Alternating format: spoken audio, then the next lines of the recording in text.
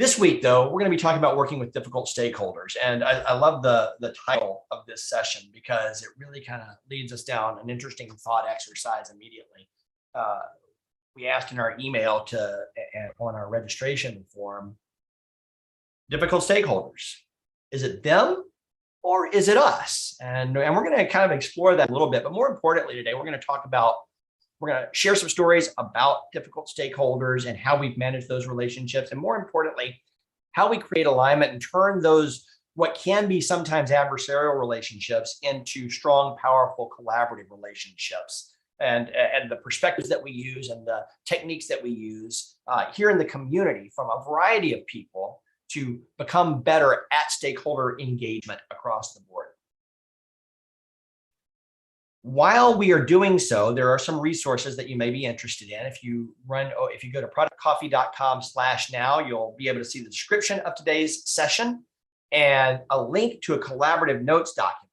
You can also get there with productcoffee.com/notes, which will open up a Google Doc. And I'd love you to join us in that document, productcoffee.com/notes. And this is where we as a group take notes as a collective. So instead of keeping your own private notes, jot your thoughts down as we go, add to the things that you see in the notes document. We'll build a collective summary of the things that we've talked about and learned about together today. Today's Product Coffee is a really kind of one of my favorite formats that we do. We call it a round table, but the reality is it's a very big round table. We're going to invite everyone here to participate in the conversation actively, because the goal here today is to learn from each other about how we go about working with the more difficult stakeholders.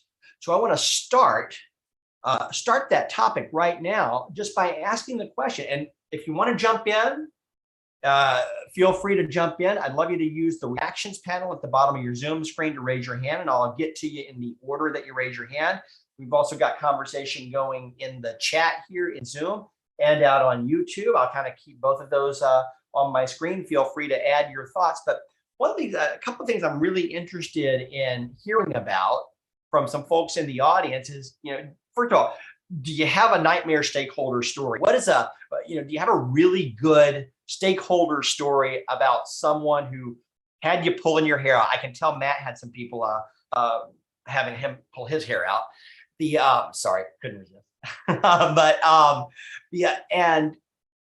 what do you think makes some stakeholders more difficult to work with than others? Kristen, go for it. Hi, everybody. So this is a continuing saga from the last time that I was on Product Coffee. So I've been sunsetting this product that is very loved in Europe and had its own team that was acquired. And I got this job in January. And one of the first things I did was say, okay, it's been 6 or 7 years. It's time. Now it's really time. And the sales guys were resistant. I actually had to sell the product that was living, that we were continuing on with, that was not built on VB6, to the sales guys. And just 2 days ago, the main sales guy said, I am optimistic that we will be able to convert most of the people over. So that was exciting. And so what did I do to get him to that point? Lots of transparency. I gave him the roadmap.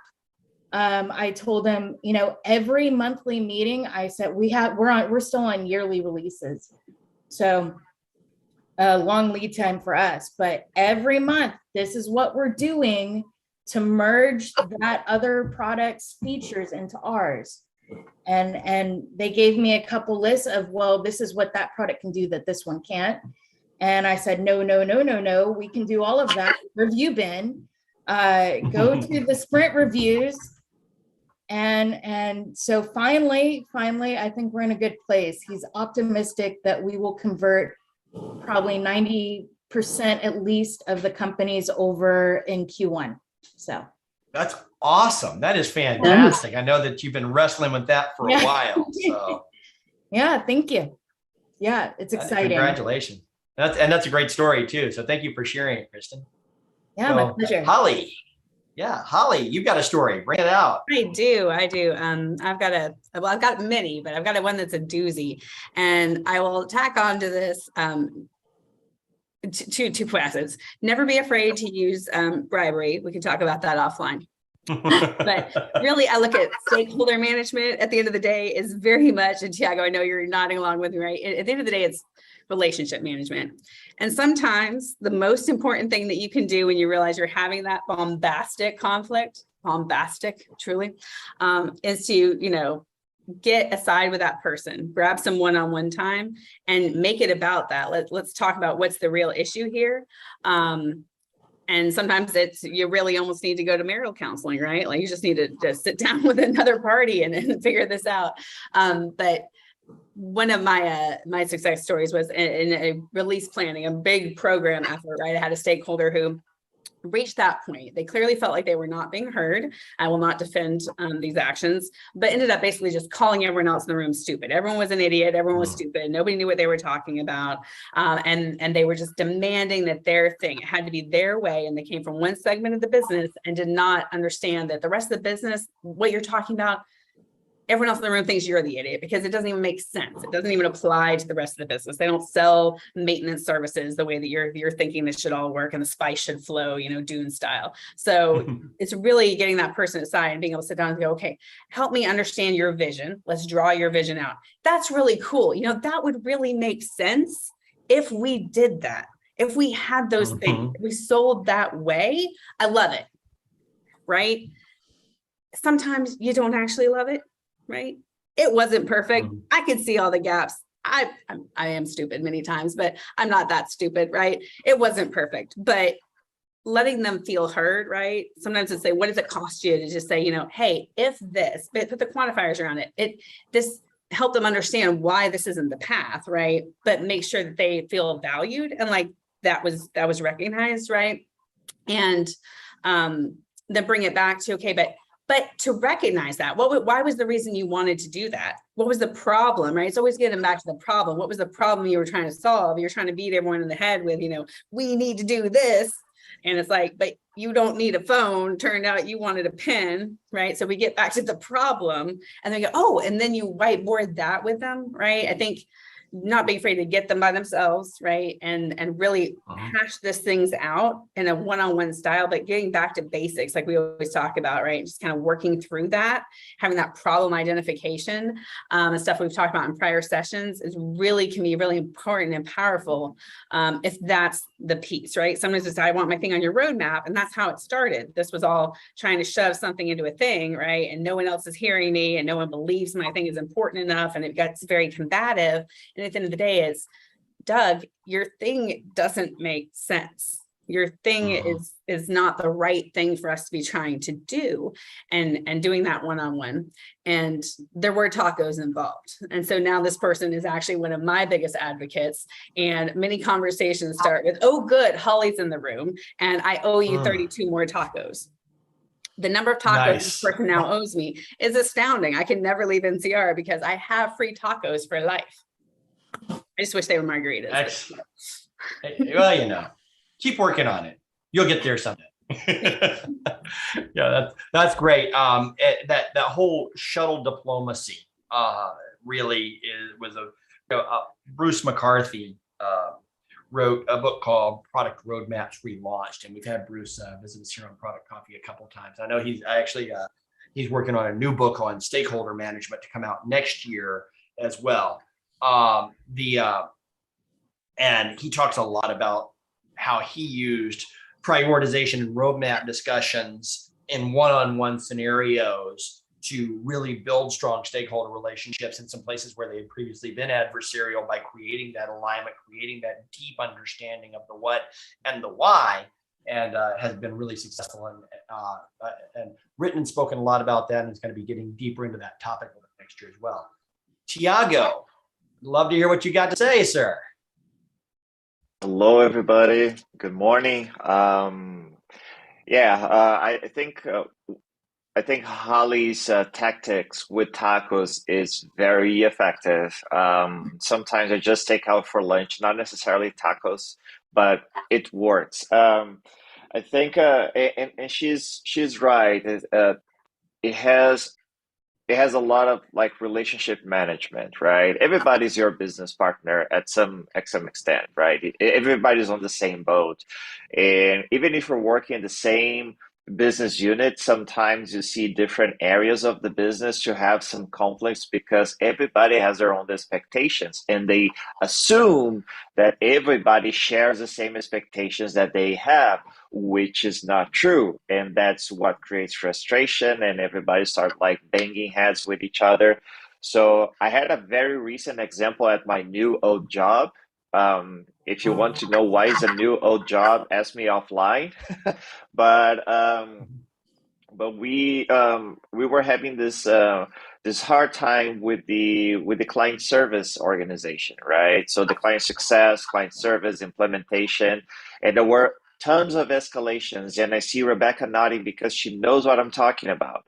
And there was always something like, yeah, the product is bad. The technology team is not delivering on time. You don't listen to us. So one of my first missions since I rejoined the company was to get in. I asked my VP of product, tell me all the people I need to talk to that we are having a hard time with. And then he gave me a list and say, okay, I'm going to book some time on your calendars because I want to have one-on-ones with you and I want to talk individually with you to understand what's going on, what's the lay of the land here.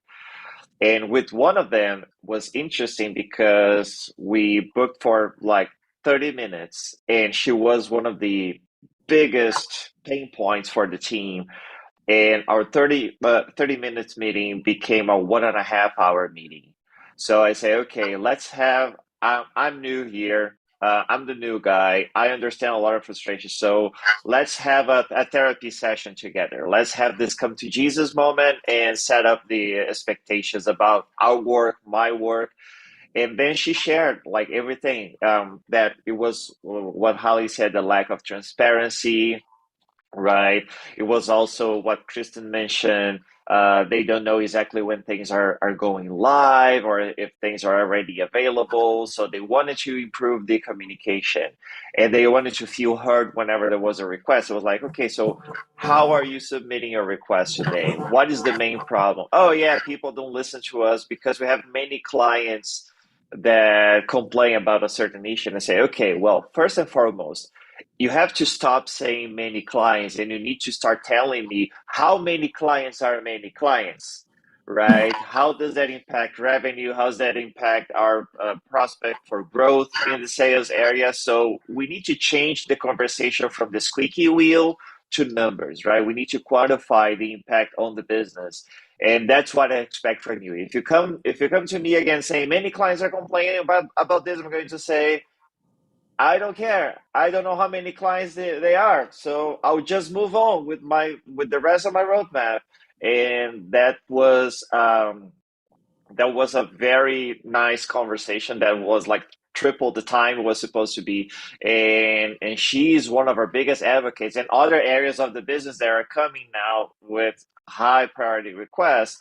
They say, yeah, we need this because many clients are complaining about that. Well, you need to remember that Tiago and his group, they need numbers, they need figures to make sure that they make the best decision because they have a lot of stuff to do. And if they need to pivot to something else, they need to know that's the right way to right the right investment. So now you need to have, of course, your calendar fills up with one-on-ones because you need to keep in touch with these people all the time. It's not only something that Mhm. you do this once, you have this amazing meeting, and then you just forget about them, and then everything gets back. You need to nurture the relationship because once you understand what they are trying to achieve and they understand what you are trying to achieve and you can get this common ground, like it works like magic. Very good. Absolutely. So many common themes emerging here. Thank you so much, Tiago. That's a great one. And I've got I've got up next, we've got Allison, although Allison's hand went down. Are we still on, Allison? I am here. Excellent. Hey. Yeah, it was a late night, so I'm not camera ready. I am for most folks, but you guys don't need to see this, so I'll save you that. So I have a couple of stakeholder stories, but the one that stands out as we're talking is one that doesn't end well. But great. I had an experience. I'm sorry it didn't end well, but I'm glad to hear it. Yeah. So, but it was a great learning opportunity. And I'm still learning from it today because I remind myself when I'm having conversations with stakeholders of those experiences to say, let's not do those things again. So I was with a company and there were multiple stakeholders, which isn't a surprise for most folks, but multiple stakeholders within the business unit and then within marketing. And no one was on the same page, and working to find what pages people were on and priorities folks were working with was where I spent most of my time because I needed to find a common thread that I could sew everything together with. And so I came in new again to the company and worked through stakeholder interviews to kind of one-on-one talk with folks because there's a lot of political based needs that were kind of driving some folks' agendas. And I think that was really helpful. But we also had some internal challenges with understanding what product does as an organization. So I think that's another piece, like, is it them or is it us? Like, how is us helping them as part of the conversation with our stakeholders? So if they don't understand the value that product can bring to your organization, you're going to be starting at a disadvantage to begin with to try and bring folks to the table, bring them together towards a common theme, idea, solution. And I think that's one of the biggest takeaways I had is that we had a whole lot of misalignment, which isn't a surprise for folks that deal with stakeholders, but that we had additional product misalignment too that didn't help the situation in the organization. So, and it doesn't end well because the product I was brought in to do didn't come to fruition. So, but we all know that often happens. So I think you're on mute, Jason. It does. Thank you. It does. And often that's due to just not having that shared sense of value and alignment across the organization. Sometimes it's due to completely different reasons, but not all products actually get completed. And we talk a lot about de-risking that, and good stakeholder management is a big part of it. Thank you for sharing that one. The painful stories are a little bit harder to share sometimes. So thank you very much for doing that. Yeah. Hey, Matt Bettina, what do you have for us this morning? Hey, Jason. So, I wish I had a story about sharing tacos with stakeholders. I think that could be a very effective way to win people over immediately. But as Tiago mentioned, I found myself in a rather interesting situation in the last 2 years with an executive leader who was very strongly opinionated and very good at storytelling, able to influence and sway the crowd with whatever direction they wanted to go, even if it wasn't the right direction. So this person went off. We were doing a brand new product development effort. They went off and produced a piece of work in a vacuum, essentially. And when it came time for the rest of the team to review that piece of work and come together on it, it was like literally dropped on us at almost the last minute. So that set things up for a very awkward meeting, and decided to kind of sit back and listen and just kind of take it in and see what was being presented here in terms of this concept for this product. And it just got to a point where I was feeling, I could feel my blood boiling. I was like, okay, I'm going to speak up. So, I asked the question, how many customers have you talked to? And I kid you not, as soon as that question came out of my mouth, it was like I could hear the Wild West shootout music playing. It was like, okay, it's on. So after that encounter, and there were some other comments, fired across the board by other people. People were pretty upset about this. And so we adjourned the meeting, like it ended almost immediately.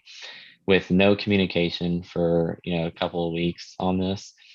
And then I found that reaching out to another executive and forming an ally in the process started to help the situation a bit. This person took the approach of extending the olive branch, and I gotta say, like, it started to break the ice a bit, but it didn't quite work. And the reason being is I've discovered this afterwards. It was more than just the concept of extending an olive branch. I actually had to set up a meeting one-on-one with this person. And I thought back to the I think it's 7 habits of highly effective people. And Tiago, you kind of touched on this, seeking first to understand and then being understood. So once I was able to have sometimes it's just about having a real conversation with somebody and just asking them about how they work and what matters to them and what are the things that they're struggling with, and just opening up that conversation first before you even get into talking business, before you even get into talking about what it is, the conflict that you guys are having. You got to bring people's emotions down. You got to bring them down a level, several levels sometimes, get them from like a 10 to a 2. And it's not always Harry Potter magic either. Sometimes it's just having that empathy to connect with someone and see things from their perspective. So once I did that, I understood not only why this person was upset with us and why they had done what they did, and the way they went about doing it, but I also started to understand more about some of the challenges they were facing and how we could help in this situation. So that led eventually to a better working relationship with this person and working together with them and showing, my leadership that I could work effectively with, what was perceived by others as a difficult person. But throughout the whole process, there was still some things that this person was not doing effectively. And one of those, in terms of success, is being able to bring people along for the journey, including those that are the key decision makers, the power brokers. So I think the lesson learned here, and it didn't end well. There were several late stage blowups in this case, and unfortunately, didn't end well for that person. But I think the lesson here is co-creation, is bringing people along for the journey and making sure that you're having those touch points as appropriate to involve the key players and also to keep the top decision maker informed. And if you can whip up a batch of tacos too, I'm sure that helps as well. Maybe throw some sriracha on there. Depends on your tacos, Matt. It does. Yes, it does. Tacos could be relationship enders. You gotta I want to ask, thank you, Matt. There's definitely a few emerging themes, and I love some of the stuff that's being captured in the notes document. We'll definitely recap this at the end. Want to specifically, TJ, I don't know if you're on camera today or not. It doesn't matter. If you're able to speak up, you made a comment a moment ago about helping your stakeholders rationalize importance themselves. I'd like you to come speak to that. You made it in the chat. I'd like you to come speak to a little bit of your thoughts on that as well, because I think it was a really solid point and direction to kind of bring some of these things together. Yeah, I've been off camera. I've just been soaking in all of the conversation and learning. Yeah, I guess my thought is just sometimes we forget the hours of details crunching that a group like us goes through. And other stakeholders, it's like they come in and dip their cup in for a minute and then sort of walk away. And so from their perspective, things seem very feasible, very viable, very, desirable. And so the comment around rationalizing them is just helping them walk through the trade-offs, because absolutely, whatever that product feature set, idea is, we can do it if the revenue target is such and such if we have these types of users, and you can kind of play that game for a while.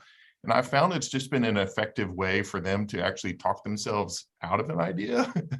If it means we have to invest 10x or, whatever the model might be. So the sentence starter, what would have to be true, is a very easy and approachable one.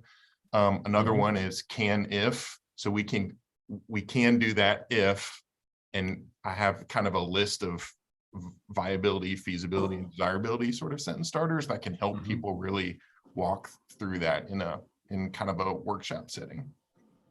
And the reason I wanted to. Sorry, can I go just ahead. comment on something you said there, TJ? I think you have to, I loved everything you were saying, but I would just also add that I've used one of those with very negative results. And I have learned it's always knowing your audience and what a word means to them. And if it could be a trigger word, I would advise that in my limited work experience, but my experience, there's white hair, saying the word true implies that you believe that what they're saying is not true. And that will get a reaction almost every time. Even my more positive stakeholders will kind of push back from the table, and you see the warning light in their eyes of, did you just imply that I came to you with shit? And so I would just suggest that maybe there's a different way to frame that, the same sentence, but maybe avoid using a word like true or not true, right? Because that could be a trigger for people. Yeah, that's a Yeah, great. I think in the context of what would have to be true, that's probably okay. But I have seen cases where if you use the word true, people can almost see the butt coming after it. They're like, all right, what's the catch here? Oh, yeah. I'm just grabbing a note there. Be thoughtful about choice of words.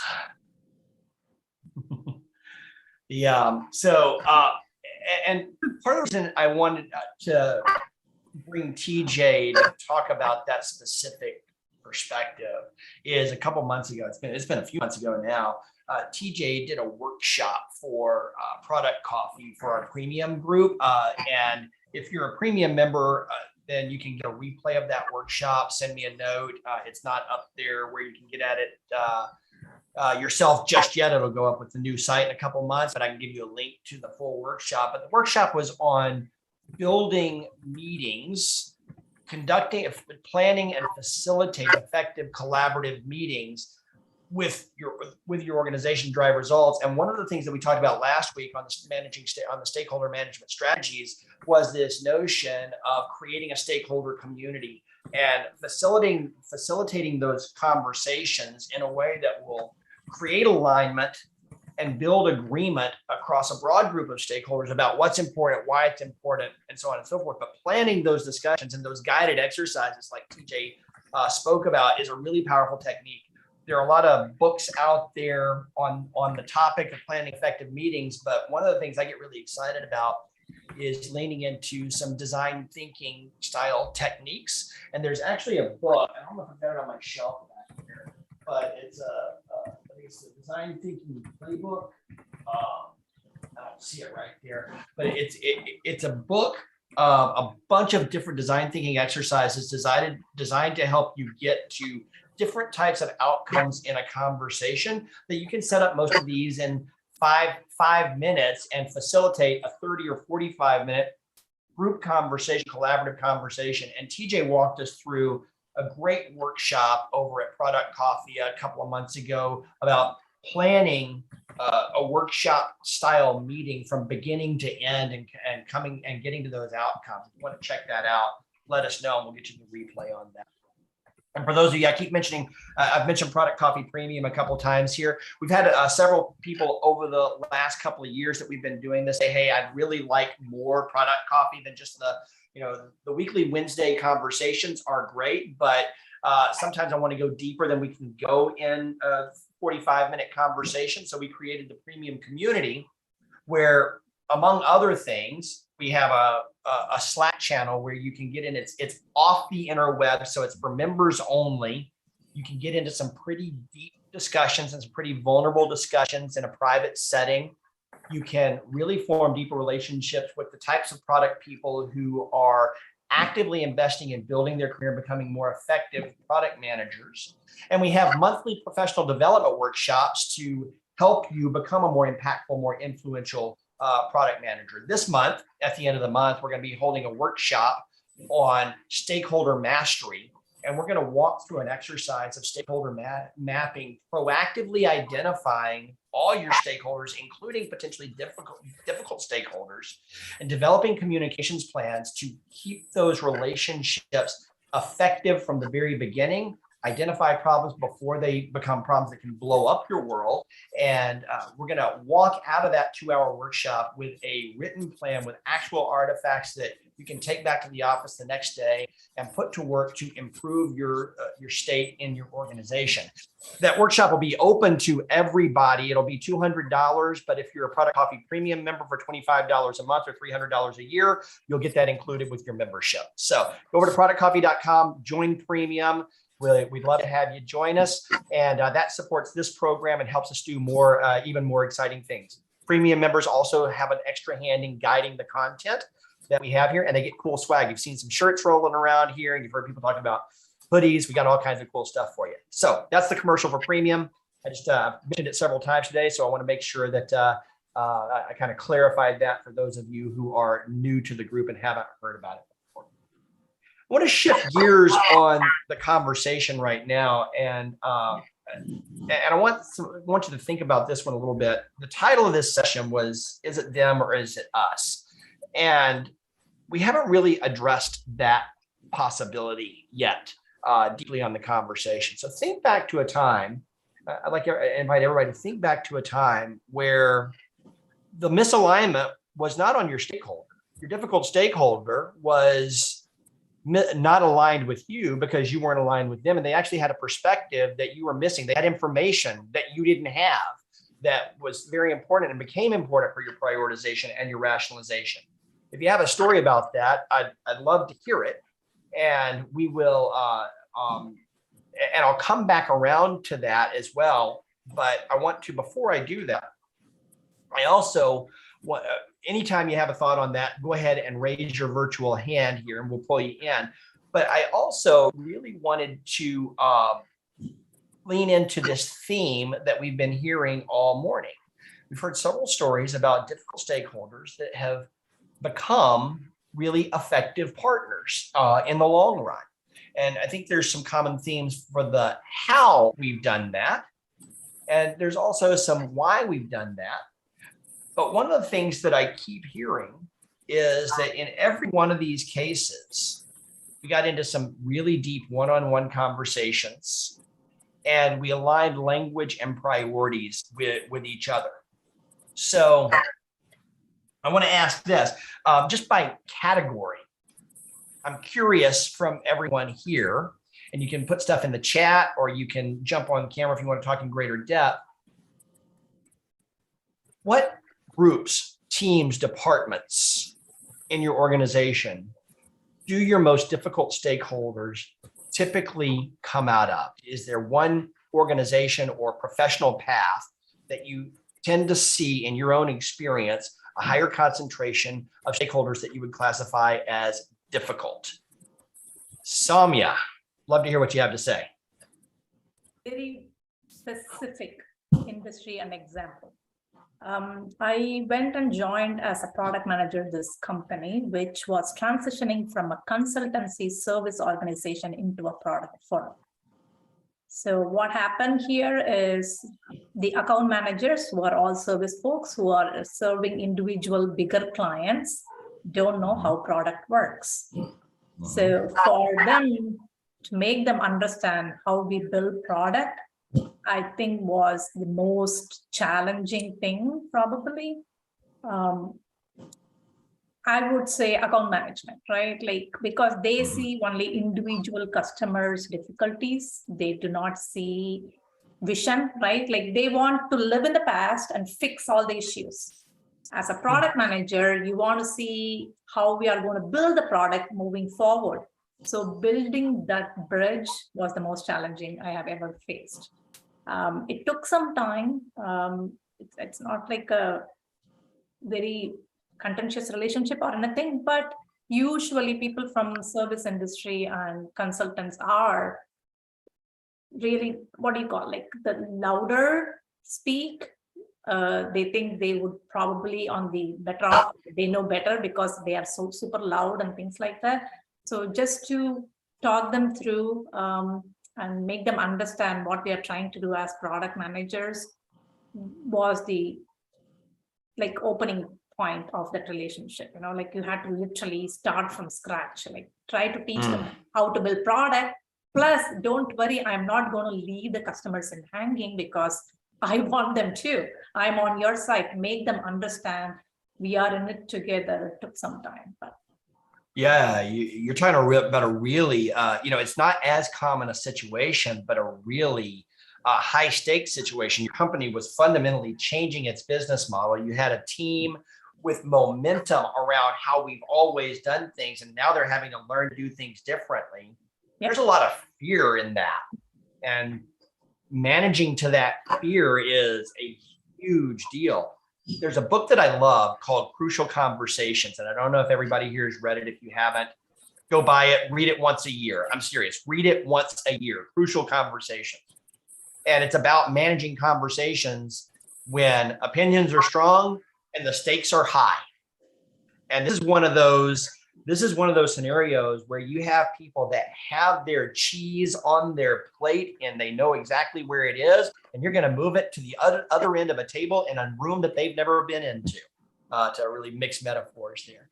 yeah, the one lesson that I learned, right? Like not just learned, I always reminded myself every time I go into a call is they know the customers better than I do because I was a new person. They were not. They were with these customers long enough. They knew their pulse. So how do I use that relationship, like to get what I want to build a product? So you have to remind that. So there is no, when I saw the title this morning, I was laughing, like, is it them or is it us?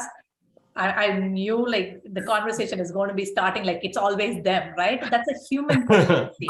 It's a human tendency to keep an open mind, to keep up with your humility a little bit, like everybody knows something better than you. So if you're not going to be open-minded, it's not going to work. Like it is going to end up in a big blowout or something that's going to happen. Absolutely. I love how you said that. The fact is, most of our stakeholders are there for a reason. They've got professional expertise and perspectives that we don't necessarily have. They earned their way into whatever role they have, and respecting that is a huge part of managing difficult stakeholders. And I love how you tied all of that together. Thank you so much, Soumya. Dana, would love to hear your thoughts. Hey. So he laughs at me. Welcome back. Thank you. Sorry, I've been busy. Oh, no worries. We're glad to have you. Thanks. So I think that it's I'm spot on a lot of things. And what Soumya just said, to add on to that, I think one of the things about not necessarily difficult, but people that are new to their roles, maybe they've taken a new role that it's their first time in management or their first time leading something, and then they become a stakeholder, but they don't quite understand how the process works or the requirements and development and how we have to feed into that. And they think that it's constantly evolving and, oh, that changed. We need to go make a change. And it doesn't work that way. And I think understanding and explaining to people, because we just launched a business unit in our new product. And so we've had to do things really quickly in certain scenarios where we thought we had the requirements, we built it, and we're days from going live and suddenly missed things that we didn't know. We're never given information that they didn't realize they had to share. And that, that's kind of important. Credit decisioning is important.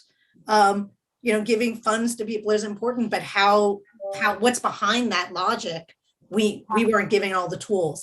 So we had to actually stop, and push dates. And that was a big deal also of, okay, can we go live without this or not? And what's that information? And, it's contentious, but it's not, because it was a miss on everyone's part, and product owned part of it, because obviously we didn't have the right conversations, and the partners owned part of it because they didn't share the information.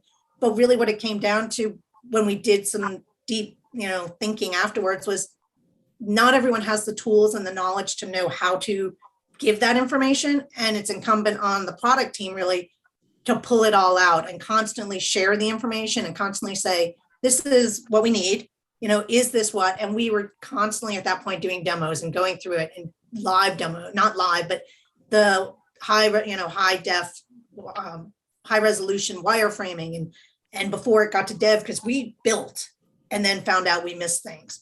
So having to then level set and say, do you need this to go live? Do you need this for this day?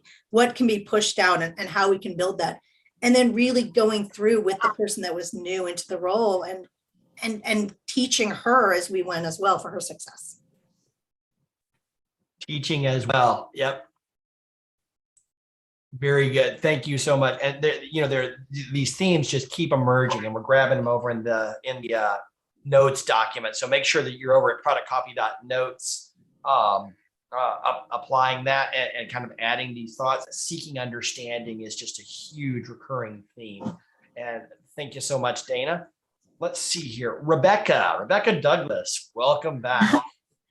Hi, good morning. Yeah, Good morning. I would say that building on what Dana said is that you often have new product owners that truly don't understand the business. You want them to spend time with the business. Maybe they feel because of prior experience that they understand the business, but they may not understand how this organization runs the business. And I often find a great learning experience around an opportunity to review workarounds. Like, why are we doing this? Why is everyone doing a workaround? What is the pain point you're trying to solve? And, sometimes or a lot of times, conversation doesn't give you all the details. You need to go watch someone do it. Even if it's virtual, you need to experience it firsthand. And then I've also asked them to do the process while they're giving you instructions how they are doing it. And then it's like the light bulb turns on. They both understand each other and what they're trying to get from an end game perspective, building that trust.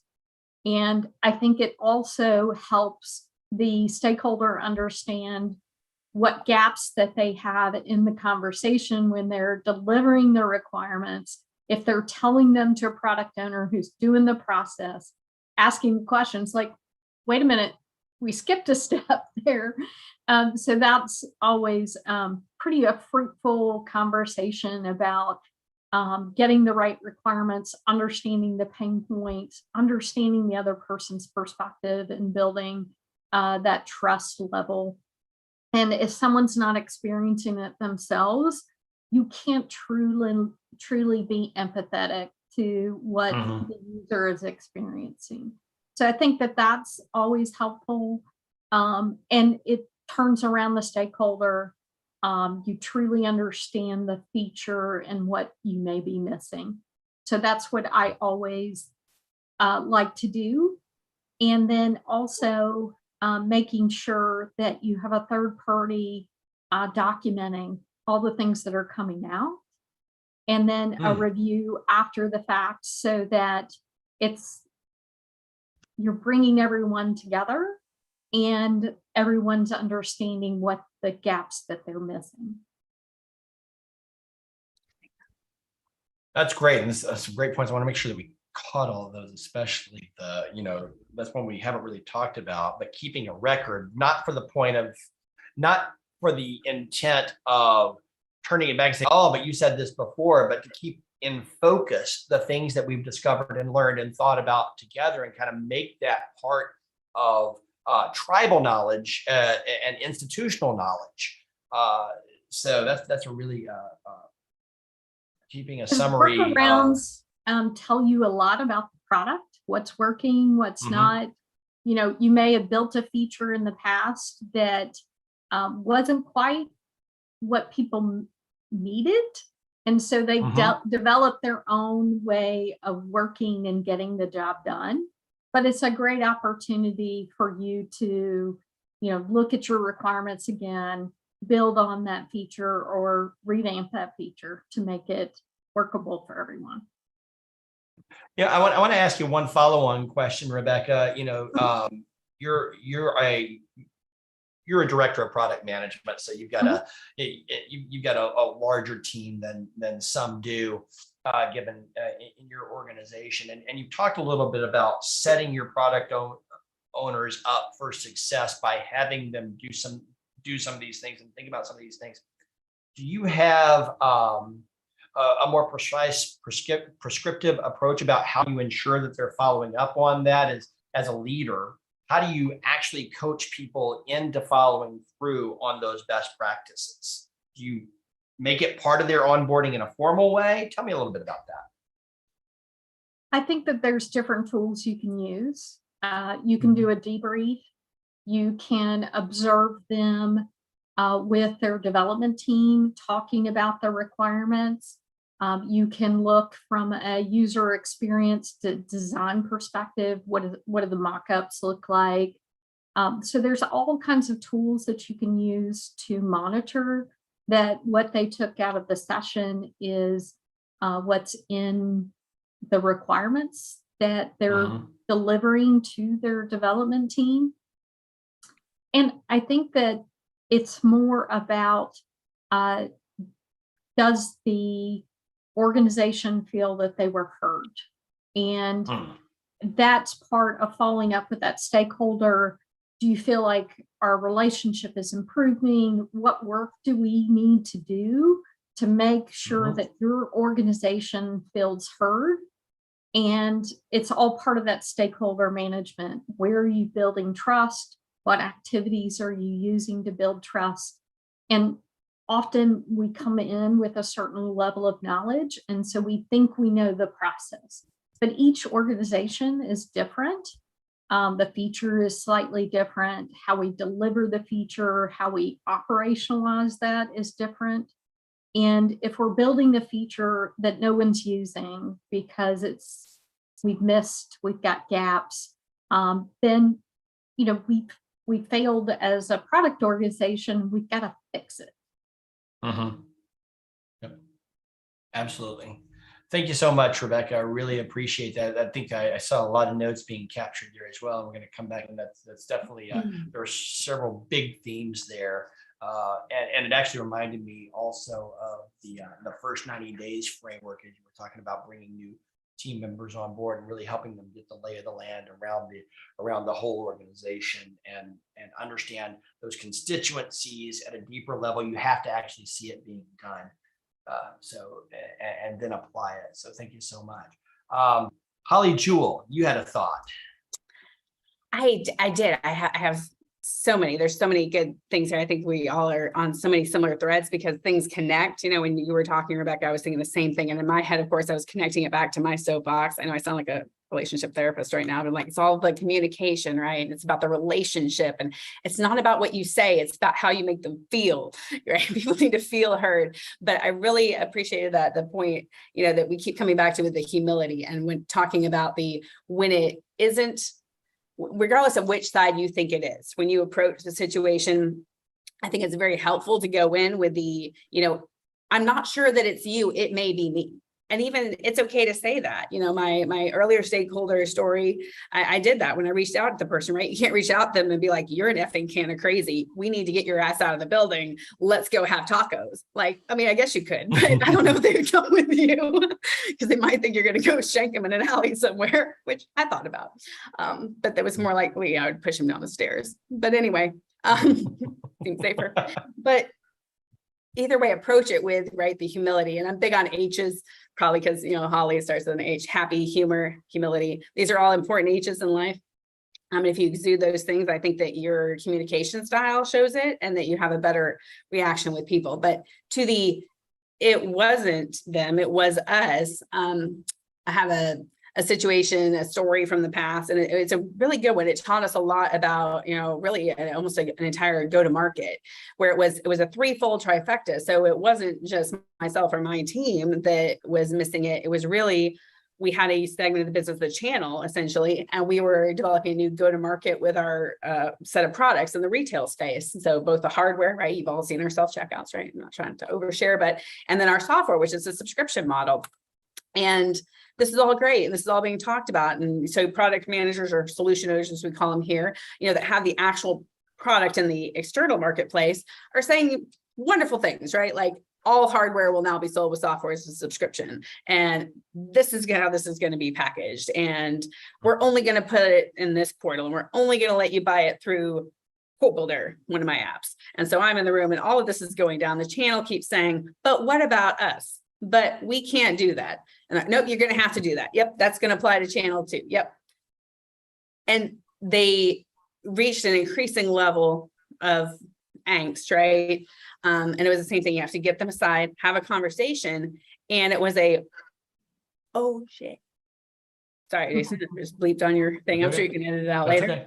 okay. You invited me to okay. a call. You were pretty sure you knew where that button was, right? But we had all jointly completely missed that, yeah, it's fine to say that they're going to purchase the product that way. But when you're figuring out how to package that product, what constitutes the product, not only did the product need to meet their needs, but also the avenue to market, right? You can't say we're going to only put this in this space and it's a space they don't utilize, right? So then you say, well, you have to have it, but you have to go through here. Well, they can't go through here, right? There's some other friction point, right? There's some reason why that doesn't gel.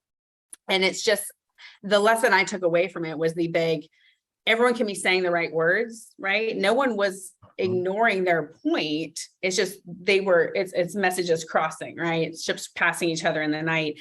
They weren't picking up what each other was putting down. And neither were we. We were sitting in the middle, like watching the ping pong ball go back and forth and like, not our fight, not our rodeo, right? And at the end of the day, it was like, wait, these are our monkeys, right? If we're not going to help fix it, who is, right? And so an important point of that is also owning, because you do have that pain, just that this was not you, right? This is us, right? You have to be humble enough to think it's a possibility no matter how you're going into it, I think. And then when it is you, I mean, at the end of the day, right? What's the harm in falling on the sword? I feel like I say this all the time to my children. I certainly did when they were teenagers, but sorry costs you nothing. Even if you don't believe it was your fault, just say, I'm sorry. And then you can say, I'm sorry, I didn't realize that, or I'm sorry, whatever you need to add on the end, right? But just saying I'm sorry will go so far. And as dorky as that sounds, it has probably made the biggest difference in my career, just being willing to prostrate myself publicly and take ownership for it, even when I'm pretty gosh darn sure it is not my effing fault. just go with it, right?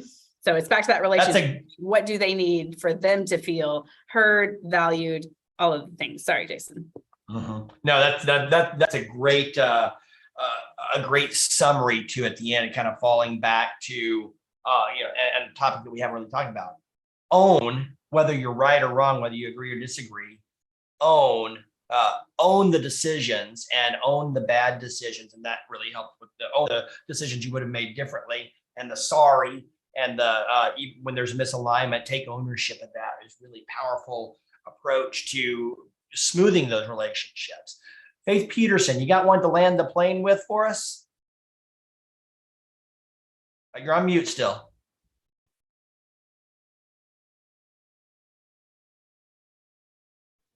Sorry, there's a 1 minute timer set, so to try to do this. So first of all, I didn't realize that pushing people down the stairs was an option. So that's a really liberating takeaway. If I am ever back in the office, totally. Check where the cameras are first, Faith.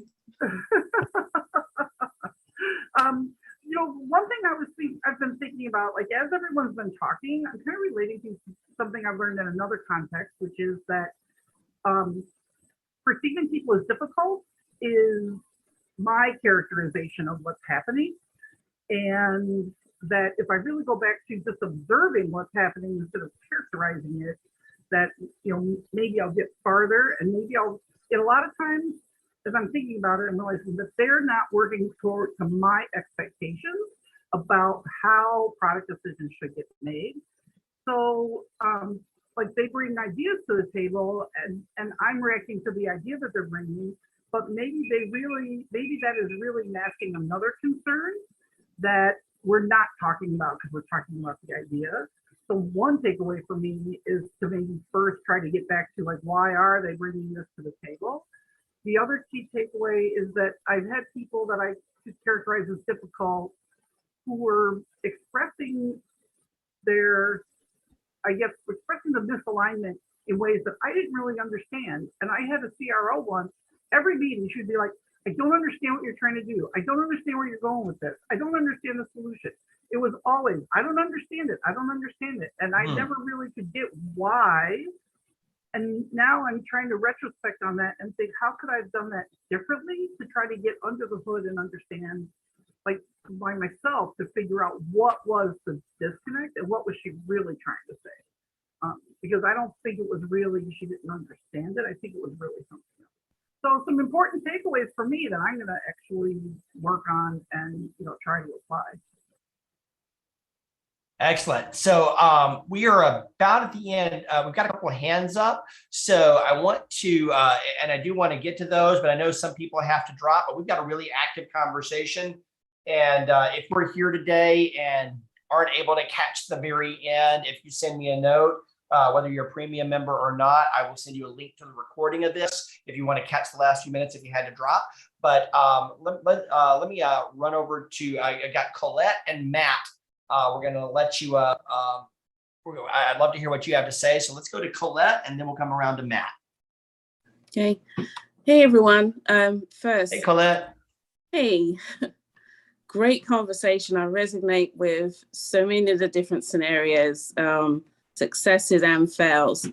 I'm more wanting to share. I did have a few, but I wanted to share something I came across, which I think recently, in a recent similar kind of talk around product that I came across very recently, that I think resonates around a lot of these things and maybe even brings a different perspective. And I don't know if anyone is part of Women in Product, but this is where it came from in case you was part of this. And the title was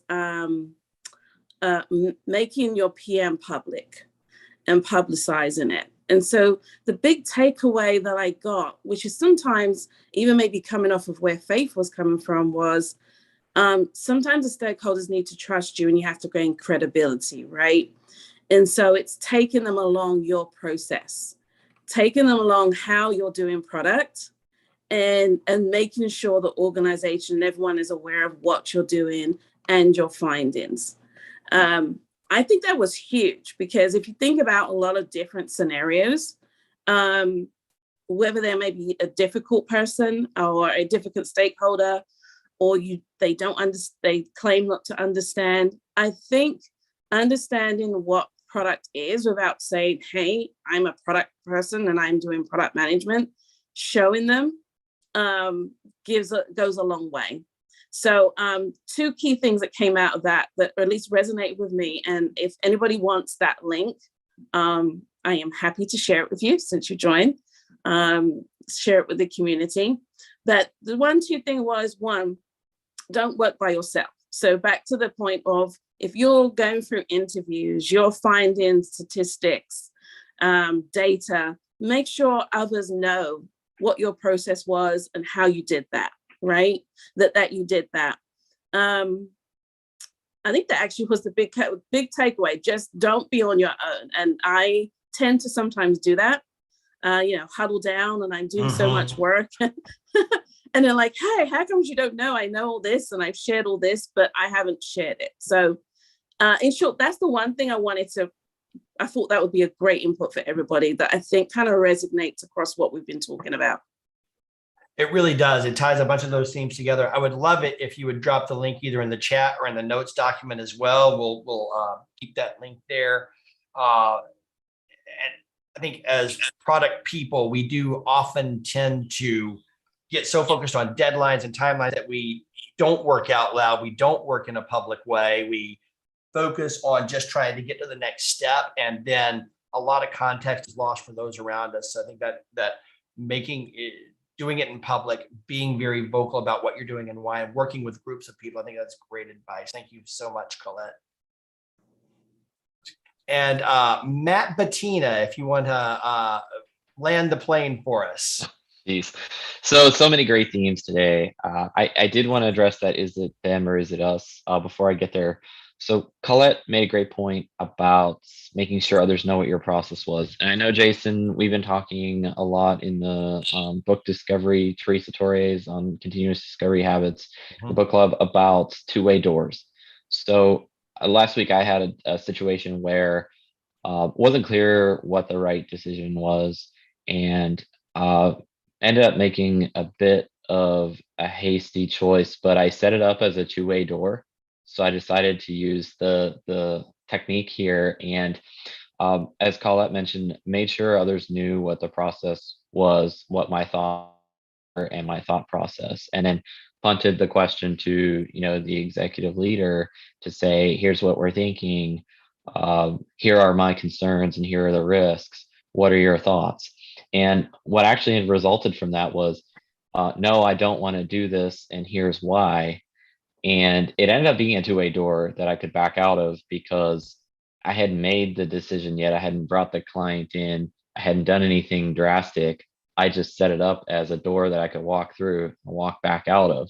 But I wanted to see where they stood, what their perspective was. And I think that's such a awesome technique to get in someone's mind and to really see what they're thinking without putting yourself at risk and saying, oh, I'm just going to go do this because I think it's the right thing, and then finding out that someone else is not aligned. As far as is it them or is it us, I think oftentimes it is us. We just have to be humble. And I like the point that Holly made about humility. I had this situation before where I had to go travel to a mega city by myself for this major customer. And I just kept thinking to myself, why? Like, why do I have to do this myself? WTF? I really think this person wanted to test me. I sat through hours of traffic, going to and from to do this. I ended up being told it wasn't necessary to involve the others in this big demonstration. And I think there is a bit of a nuance here, is there's a bit of them in that you have to be aware of. And sometimes you have to go against the grain. You have to make decisions that you feel are right yourself, regardless of what they're telling you. Because in this circumstance, it just so happened that I needed to get the input from my colleagues. I needed their perspective to do an effective demonstration. And so I had no slides ready. This is like night before, busy ass week, didn't have a whole lot of time to pull this together. I actually ended up having to skip the beer garden across the street, which I didn't want to do at all, because I put myself in their shoes, in the stakeholder shoes, and was like, okay, I know this is really important to them. And it was important to me as well to succeed, but of course, very important to them. And, this is like a boutique client. So I ended up skipping the beer garden, wasn't happy about that, but I ended up doing it. Got the deck together, woke up the next day, breakfast of champions, had to go all out, of course. That's a whole nother thing, but was ready to go, basically fueled up, went in there first thing in the morning, knocked it out of the park, and was able to take some of the key points that my colleagues shared with me on positioning this to win an opportunity for us that I didn't realize at the time, but ended up carrying our team through the pandemic. So, and what I didn't realize was that this key stakeholder that had sent me on this, what was otherwise a suicide mission, he had been thinking, one of his key players was kind of thinking, I'm going to be on my way out shortly down the road. And he wanted to see that someone else was going to step up and be able to do this. He wanted to see that someone else could be called upon to do these kind of things when needed, and be able to step forward and lead. And I didn't realize that at the time. I was just thinking of things from my perspective. But once I took a step back, once I started to reframe how I was looking at this, and perhaps it is me, then that's when things clicked. So yeah, humility definitely can be your best friend in many cases. Humility can be your best friend. I love it. Thank you, Matt. I really Yep. appreciate it. And I love how you tied together it often is us, not them. It's perspective, it's humility, it is how we work, how we share what we're doing. It's all of those things. And it's understanding those motivations and crucial conversations. One of the lessons is sometimes we create villains because we don't have the information that so we as humans tend to make up stories to fill in the blanks of what we don't know, and recognizing that fact has a massive impact on the relationships and the conversations that you have. You know, and sometimes we're our own worst enemy. It's important to figure out where the goalposts are. Like, do you have to kick a 60-yard field goal, or is it like 15? And we tend to overshoot expectations. And it's funny because sometimes all it takes is just a phone call or, conversation with that person that's asking you to do something with that stakeholder. You'd be surprised how many times that they'll actually make the time for you, just pick up the phone and have a chat, and how quickly that can resolve the problem. So true. So true. We thank you so much, Matt. Thank you, everyone. I did decide to run a little over today because we had so many insights still to come. And for those of you who are able to stick around, thank you so much. I also knew that we can edit this down and shorten it for people to catch some of the last bits of it later on as well. But we had a few themes that kept emerging throughout today's session about managing those difficult stakeholders. And, one of the big ones was really understanding the motivations of those stakeholders that we're having trouble maintaining alignment with. And very often we'll find that it's ourselves who are out of alignment, or we're not communicating the rationale behind the decisions that we're making effectively enough. We talked a lot about managing that through creating extra transparency around the process. What is it that product managers do? How do we do our job? How are we doing these things? And making sure that we have the relationships with our stakeholders so that they can understand how we're doing our job, and they can give us the inputs that we need in order to be more effective and impactful by understanding them better. But also creating those regular conversations and those one-on-one conversations and those communication plans, so that it's not incumbent upon those stakeholders to bring us the information. We're actively seeking it out. We're conducting those interviews. At the end of the month, I mentioned we're going to do the stakeholder mastery workshop. And so much of the value and the key to doing this successfully is having that plan in advance, not waiting for the difficult stakeholder to emerge, not waiting for a problem to arise before you start addressing it, but creating a framework and a map and a plan to foster those conversations and relationships so that you have a positive, effective working relationship from the beginning. You're taking those things into account from the beginning. You're identifying hidden stakeholders early on so that you can manage those relationships so that they never become difficult in the first place. So I want to thank everybody for joining today. I wish I had the ability to do fast bumper music, because I think I'd be playing some Tina Turner right now, apparently, just looking at the chat there. We'll figure that one out. But we had some great conversation in the chat. Thank you all for joining us. This has been one of the most fun sessions we've done in a little while. And look forward to seeing everybody back here in 2 weeks. We're skipping next week because we're going to do the method a session on continuous discovery, the what and why of continuous discovery with Teresa Torres live. You can register for that. There's a link at productcoffee.com. And hope to see you in person in Atlanta or Charlotte. If you're in either of those markets, come join us. We'll buy you lunch and have some great in-person interaction. We've also got happy hour coming up here in Atlanta. Product Coffee, Product ATL are doing a happy hour next week on Wednesday. Would love to see you there in person. And we've got one coming up in Charlotte as well next week. John Mansour of the product Management University is hosting a happy hour with some Product Coffee folks over there in Charlotte as well. So looking forward to seeing you all in person soon and back here at Product Coffee week after next. Have a great week, and it was great to see everyone here today. Thank you.